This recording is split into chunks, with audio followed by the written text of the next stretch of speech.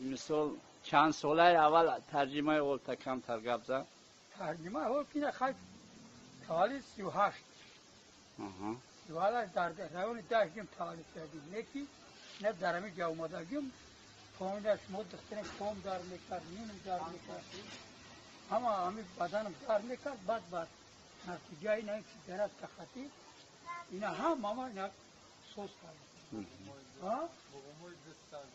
بگموی دست هم اینا میتون میگیریم روزی بچه های کلم مفیده زور میکنم یا بکنم زور نکنم خیلی بکنیم رنگ باشدیم زور میکنم یا بکنم هیچ نمیکنم یا بکنم خیلی رنگ نه خیلی اینایش میتون میگیریم که او حضور نکنم بیتاری چی میگیرم از آن هیچ نمیخواد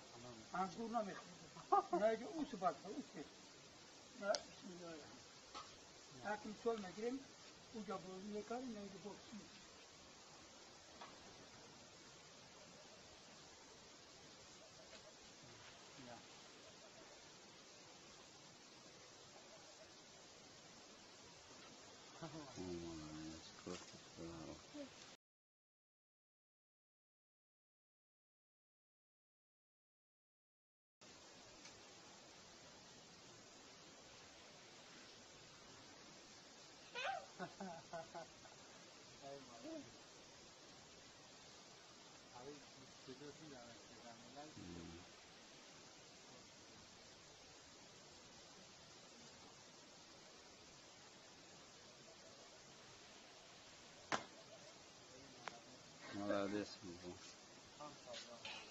با کدام اصول داری برای مشق انا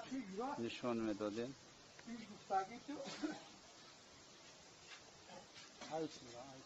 این هم پا اوزانی کسالی میاد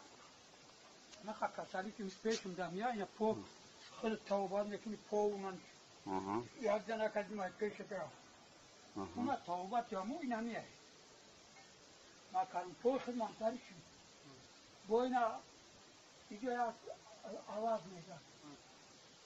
ای چی هست ای کمتامور باشه که دست برا راسیه دست ساعت نشد امتایی سمور شد این همی کسا بعد بوچی سمور ساعت بود اینی لاو راستاست پوش جو هم دارم باید کرد بعد یکی دولتو را بچه توبت نکرد میفهم تایی پوش مینورش میگه چی میگنم بیهیو جوت میگه توش کابو اینا بعد او همو گفتاش که پیش بگوی مالی برا بعد پیش ما اومد خوندم دو شدم چون کامپیوتر بود بعد گفتم که ناکی میکنه این همینجا 3 روز هم خیلی که 100 پویت من 3 روز اینم تا این اکام پر ما